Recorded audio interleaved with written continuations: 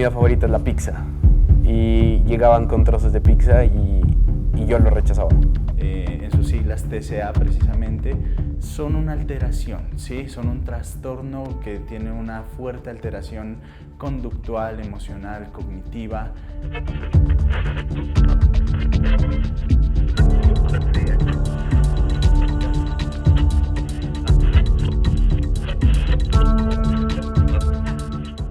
Hola, mi nombre es Felipe Recalde Mosquera, tengo 28 años y de profesión soy arquitecto. Soy emprendedor, también llevo como más o menos 8 meses en esto y eso es algo, pues como eso es un poco de mi vida. Bueno, mi infancia fue muy feliz, o sea, creo que no hay como un evento traumático más o menos como hasta los 8 o 9 años, pero hasta esa edad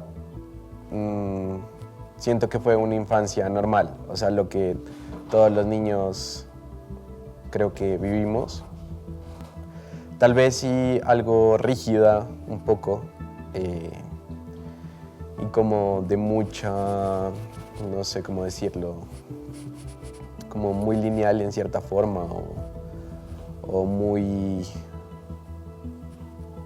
demandante también podría ser la palabra, pero sin embargo feliz. Tal vez tenía mucha exigencia por parte de mis padres, tal vez por parte de mi madre mucha exigencia a nivel físico en el sentido de cómo te ves, cómo estás arreglado, que todo esté en orden, y tal vez de mi padre una exigencia un poco más a nivel también de orden, pero más en el sentido de la habitación y como cosas que pasan como en el día a día, en el sentido de la habitación, el desayuno o unos platos o una ropa. De mi madre también como la exigencia a nivel académico siempre fue muy fuerte. Y creo que ahí empezaron a ver como ciertos detalles o ciertos momentos de mi vida en que como yo mismo me sobreexigía y a veces tal vez sentía miedo a no poder cumplir como todos los requerimientos de mis padres y empezaba a volverme repetitivo en algunas actividades, como por ejemplo revisar cierta cantidad de veces si mi maletín estaba listo con los útiles escolares que debía hacer, si mi uniforme estaba listo, si había hecho todas las tareas. Digamos que esas tal vez cosas como que pasaron que vienen muy ligadas como a lo que viví de niño, a las actitudes de mis padres y creo que también a tu pregunta. Cuando estaba más o menos en 10º grado, mis padres se separaron y como que a raíz de esa separación pude vivir un poco más también aliviado, por decirlo así, tranquilo, ya que no tenía como una exigencia de los dos más presente, porque mi mamá se mudó a otra ciudad. Entonces yo me quedé como a cargo de mis abuelos paternos y de mi padre. Y ahí como que ya experimenté un poco esa adolescencia, sin embargo como nunca la llevé al límite, nunca me volví una persona rebelde. Mi prima hermana como que me metió esa idea de estudiar en Argentina y como que fluir en cierta parte, pero yo era menor de edad y las cosas no se facilitaban hasta que fuera mayor de edad. Entonces como que dije, bueno, yo quiero estudiar esto, pero entonces hasta eso quiero estudiar modelaje, porque estaba viviendo en Bogotá, porque no sé si es como algo de niño tonto, pero es como que uno en esa adolescencia se siente muy bien. Me sentía muy conforme con lo que era en ese momento, entonces dije, pues sí, voy a estudiar como modelaje y en ese año como que entré, pero ahí también ya empiezan ciertas cosas a atacar un poco y es que entré como súper emocionado, motivado, pero hubo como algo que tal vez marcó ese punto, que fue el peso. Entonces, como que no era gordo, no era flaco, pero estaba como en un nivel intermedio. Sin embargo, sí fue como un delimitante en algunos momentos, como de castings y esas cosas que tal vez me llegaron a mandar. Eso era como un delimitante. Y fue ahí como que yo decidí por mi cuenta bajar de peso. Obviamente mi mamá estaba presente y fue, bueno, pero entonces ve al gimnasio, me ayudó pues con el gimnasio, entra al nutricionista. Sin embargo, es como que tú haces una mezcla de lo que tú crees saber y de lo que te están guiando. Y ahí fue como que empecé con ese tema, pero de una manera extrema. La nutrición es ese motorcito que si usted lo lleva de manera adecuada, el cuerpo le va a funcionar bien. Si no, el cuerpo va a empezar diferentes tipos de sintomatologías en lo que podrían venir y desencadenarse cierto tipo de enfermedades como tal. Macronutrientes, proteínas, carbohidratos y grasas son esenciales, y desde la parte de nutrición a mis pacientes siempre les recomiendo que los tienen que tener, porque cada uno va a cumplir una función totalmente diferente en el cuerpo.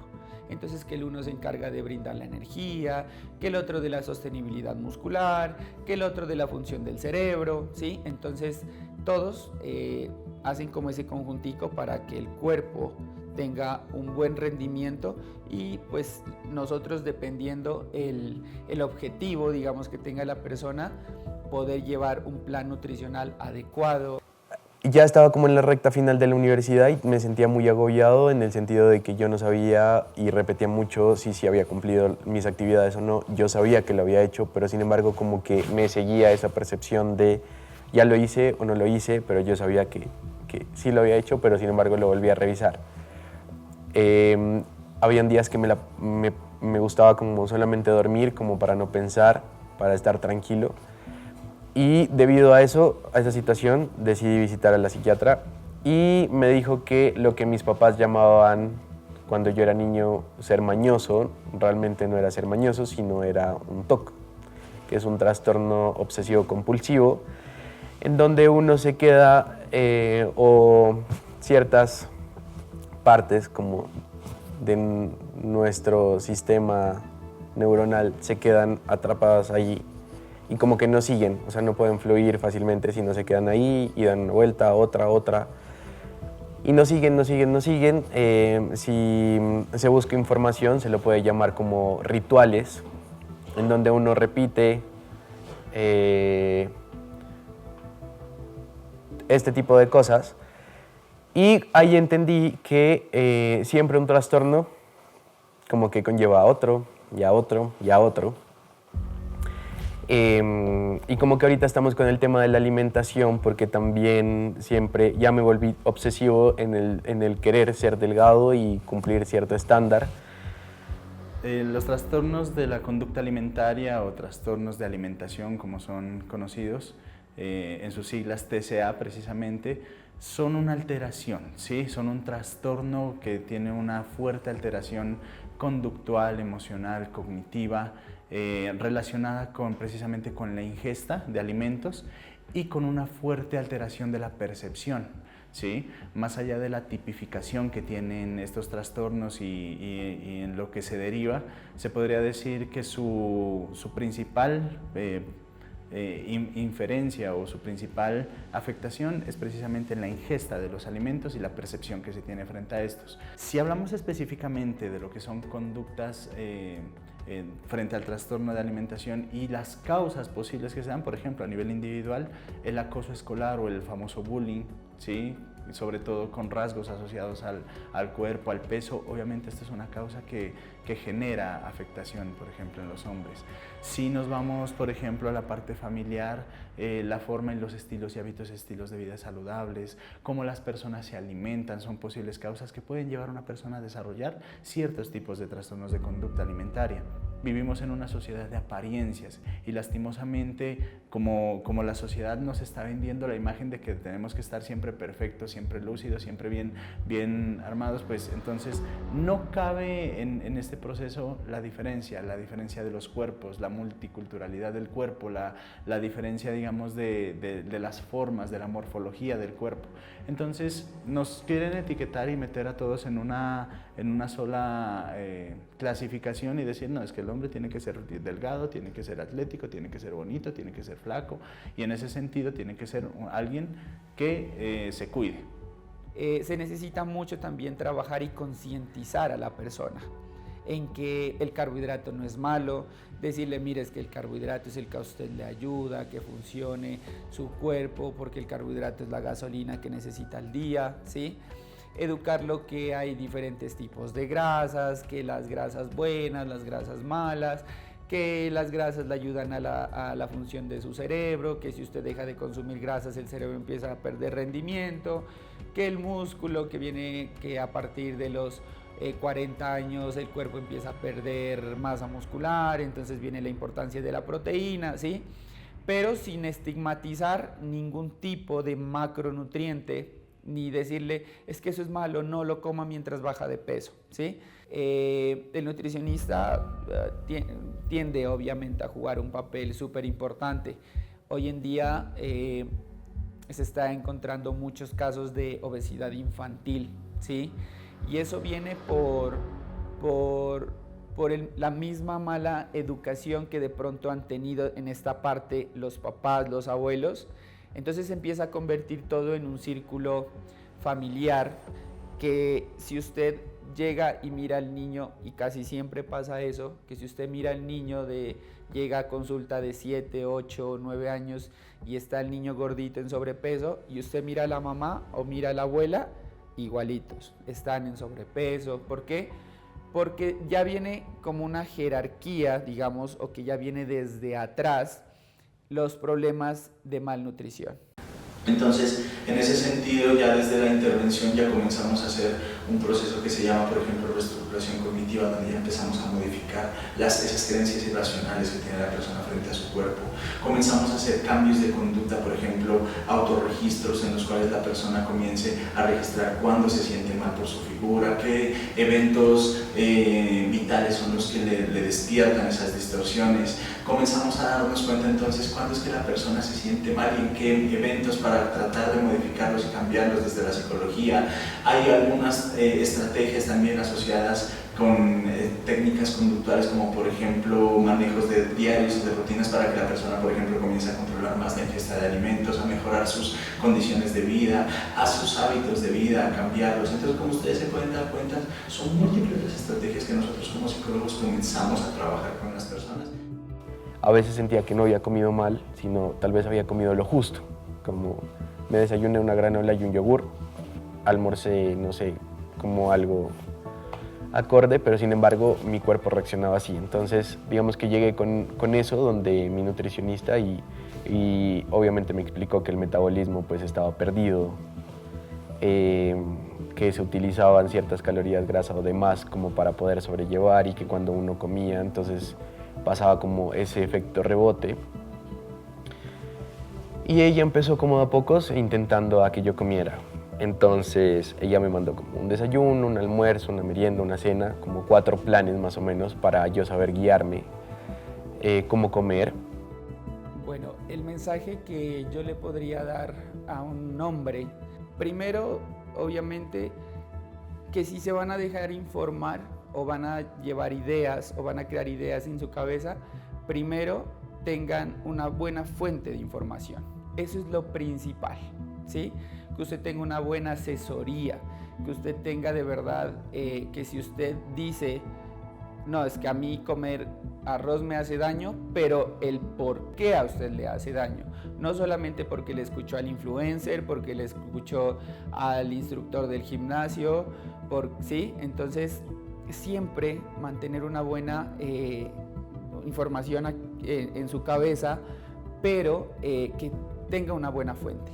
Todos necesitamos cierta cantidad de alimentos, cierta cantidad de nutrientes, pero dependiendo de la necesidad. Y ese es el papel que juega el nutricionista. Los grupos de apoyo como tal para los pacientes con TCA se convierten en un factor protector. Si bien no es el único factor protector que se debería trabajar, el grupo de apoyo puede incidir sobre los pensamientos, las percepciones, la vida en sí de la persona para que ella comience a reestructurar y cambiar su vida. Por ejemplo, llámese familia, llámese amigos, llámese grupos de apoyo de centros de salud, etc. Estos van a ayudar directamente a que la patología o la enfermedad, como lo es el trastorno, no se incremente y al contrario comience a reducir. Yo creo que el mensaje que me gustaría como transmitir es que muchas veces para poder enfrentar por lo que se está pasando, debemos aceptar lo que está pasando. Entonces va a empezar por uno mismo, debemos ser muy conscientes que es nuestro cuerpo, somos nosotros. Nadie más va a poder actuar por nosotros, nadie más va a poder comer por nosotros, nadie más va a poder sanar por nosotros. Es algo que sí, o sea, que debe comenzar por nosotros. Entonces mi mensaje es eso, lo primero que se debe hacer es aceptar por lo que tal vez estamos pasando. O sea, como aceptar la enfermedad o aceptar el problema que tenemos y nosotros mismos tomar medidas y buscar ese apoyo tal vez que necesitemos. En la persona que más sintamos confianza, contarlo o buscar ayuda profesional es como lo mejor, realmente expertos. Entonces debemos ser conscientes de eso, ser conscientes nosotros mismos por lo que estemos pasando y buscar ayuda nosotros mismos y tratar de sanar y comprometernos y entregarnos porque no lo estamos haciendo por alguien más, sino por nosotros mismos.